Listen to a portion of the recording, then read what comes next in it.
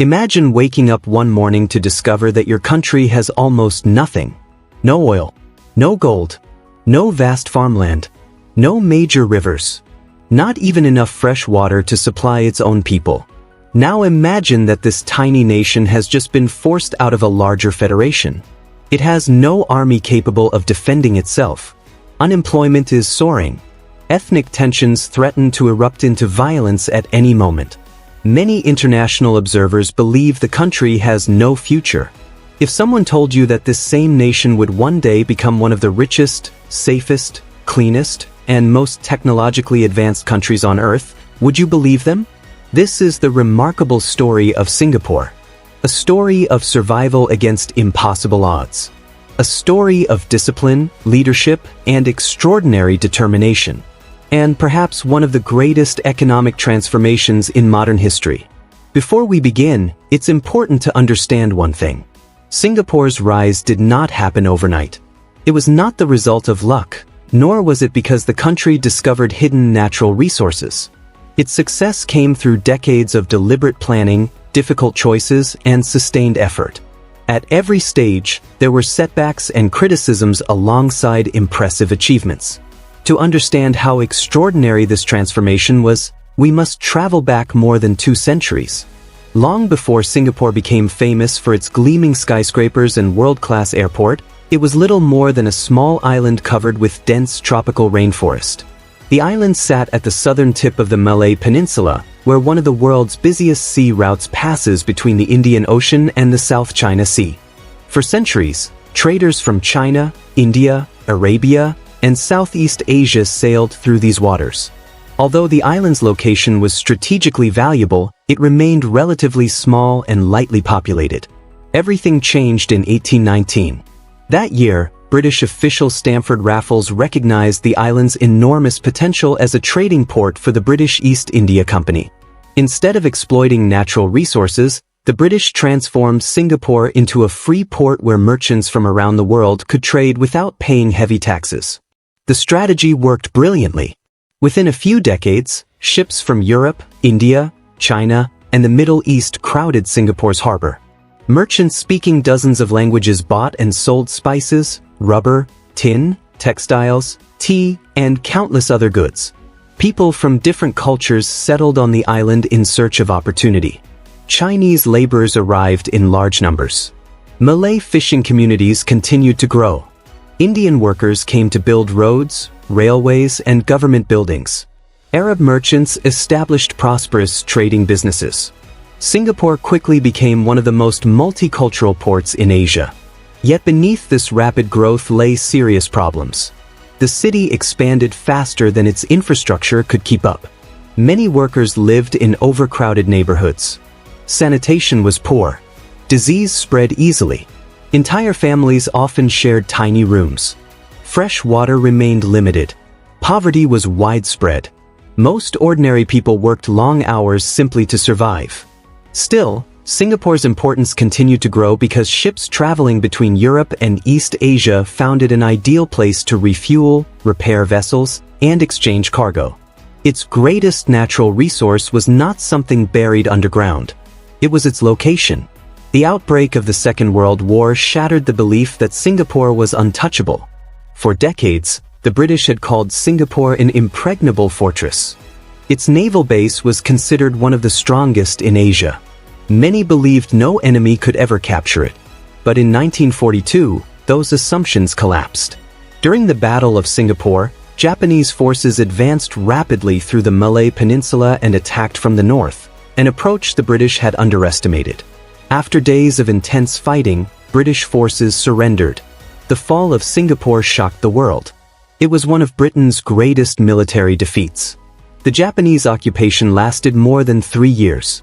Food became scarce. Fear dominated everyday life. Thousands of civilians suffered greatly. The experience left lasting scars on the population and changed how many people viewed colonial rule.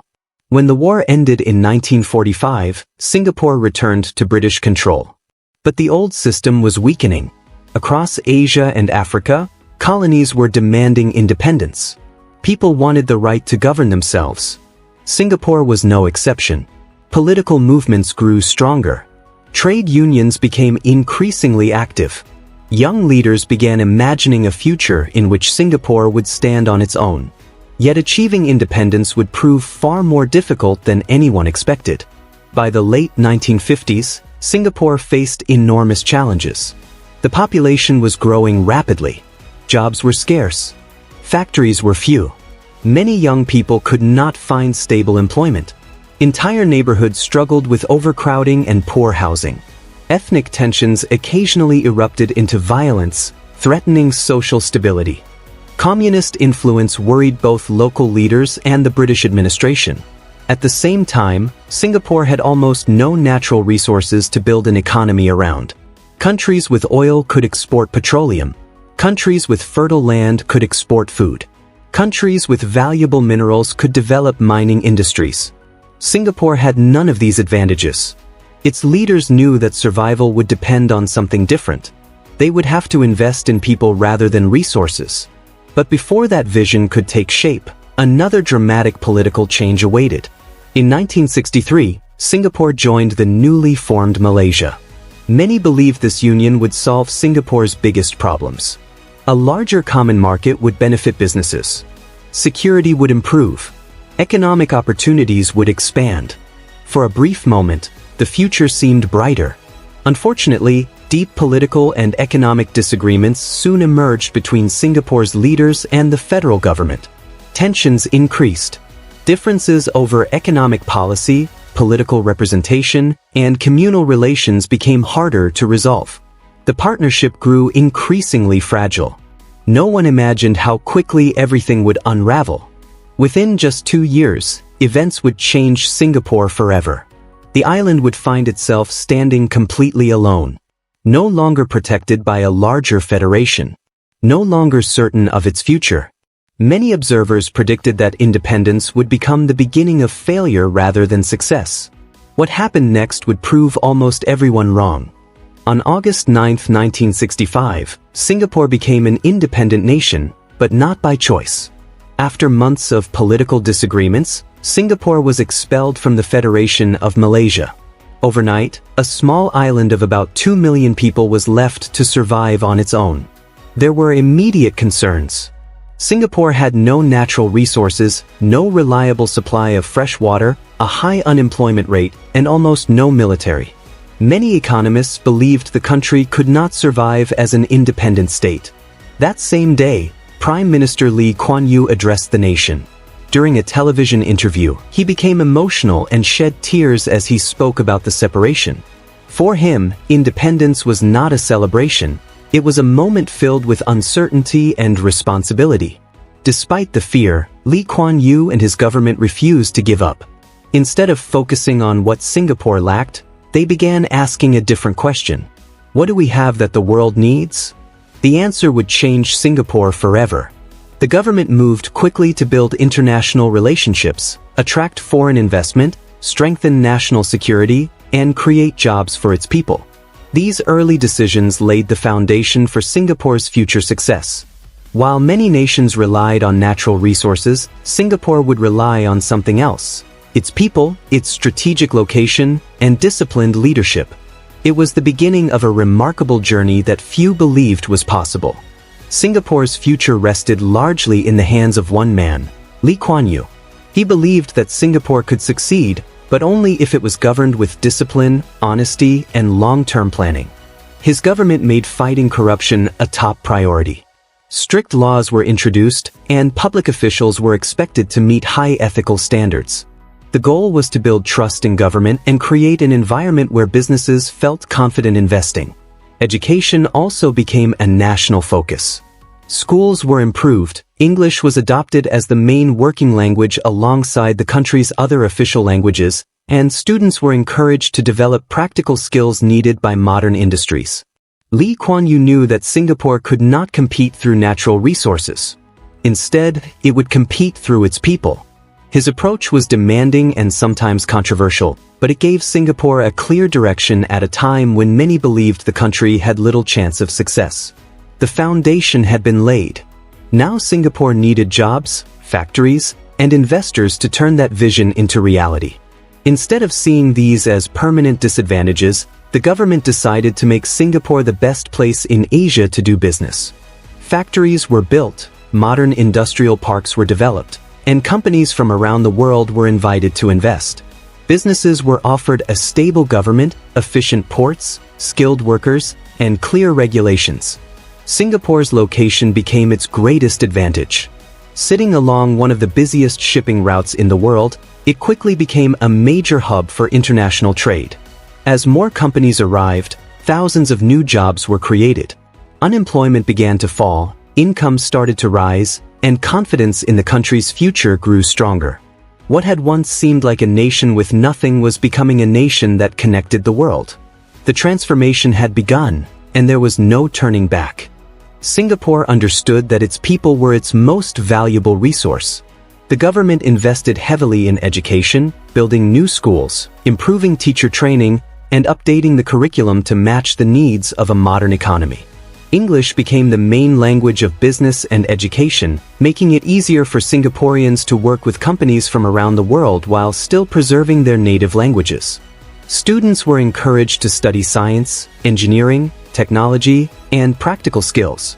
Technical institutes and universities worked closely with industries to prepare graduates for real jobs. As a result, Singapore developed a highly skilled workforce that attracted some of the world's biggest companies. The country's greatest export was no longer just goods, it was talent. Education had become one of the strongest pillars of Singapore's economic miracle. In the 1960s, many Singaporeans lived in overcrowded slums with poor sanitation and limited access to clean water. The government believed that stable housing would create a stronger and more united society. Large-scale public housing projects were launched, replacing unsafe neighborhoods with clean, modern apartment buildings. These homes were made affordable so that ordinary families could own them. New towns were carefully planned with schools, parks, hospitals, shopping centers, and public transportation all within easy reach. Home ownership gave people a sense of pride and security. Families began building better lives, and communities became more stable. Today, the majority of Singapore's population lives in public housing, a system that is widely recognized as one of the country's greatest achievements. With housing improving rapidly, Singapore turned its attention to another challenge, eliminating corruption and building a government the world could trust. Singapore knew that no country could become prosperous if corruption was allowed to grow. The government strengthened anti-corruption laws and gave investigators the power to pursue anyone suspected of taking or offering bribes, regardless of their position. Public officials were expected to serve with integrity, and those found guilty of corruption faced serious legal consequences. At the same time, civil servants were paid competitive salaries to attract skilled professionals and reduce incentives for dishonest behavior. As trust in the government increased, international companies became more willing to invest in Singapore. Businesses appreciated the country's transparent regulations, efficient public services, and reliable legal system.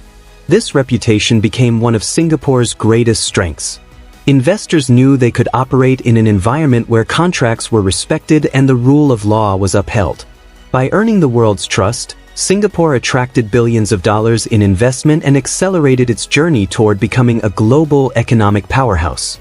By the 1980s and 1990s, Singapore was no longer fighting for survival. It was competing with the world's leading economies. Its ports became some of the busiest on Earth, handling millions of shipping containers every year. Goods from every continent passed through Singapore before reaching global markets. The country also developed a world-class financial sector. Major international banks, technology companies, and multinational corporations established regional headquarters in Singapore because of its stable economy and business-friendly environment. One of Singapore's greatest symbols of success became Singapore Changi Airport. Known for its efficiency and innovation, it connected Singapore to hundreds of cities worldwide and strengthened its role as a global transportation hub. As trade, tourism, finance, and technology continued to grow, Singapore's economy expanded rapidly. Living standards improved, poverty fell dramatically, and the country earned a reputation as one of the safest and most prosperous nations in the world. From a small island with almost nothing, Singapore had become one of Asia's greatest economic success stories. Singapore's remarkable rise did not mean every problem disappeared. As the economy grew, so did the cost of living. Housing prices increased, daily expenses became higher, and many families felt the pressure of keeping up with the country's rapid pace of development. Land has always been scarce. With a growing population on a small island, Singapore has had to build upward with high-rise buildings and carefully manage every square kilometer of space. The country also faces an aging population, meaning fewer young workers are available to support a growing number of retirees. To address labor shortages, Singapore has welcomed foreign workers and professionals, bringing both economic benefits and new social challenges. Singapore's political system has also drawn international debate.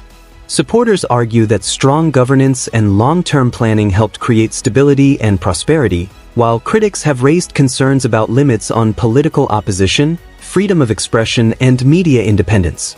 Even so, Singapore continues to rank among the world's leading countries in areas such as safety, education, infrastructure, and ease of doing business. Its journey shows that success is not the end of challenges. It simply changes the challenges a nation must face. Singapore's story proves that a nation's future is not determined solely by its size or its natural resources. When Singapore became independent in 1965, many believed it would struggle to survive. Today, it stands among the world's most developed nations with a strong economy, modern infrastructure, excellent education, and a high standard of living.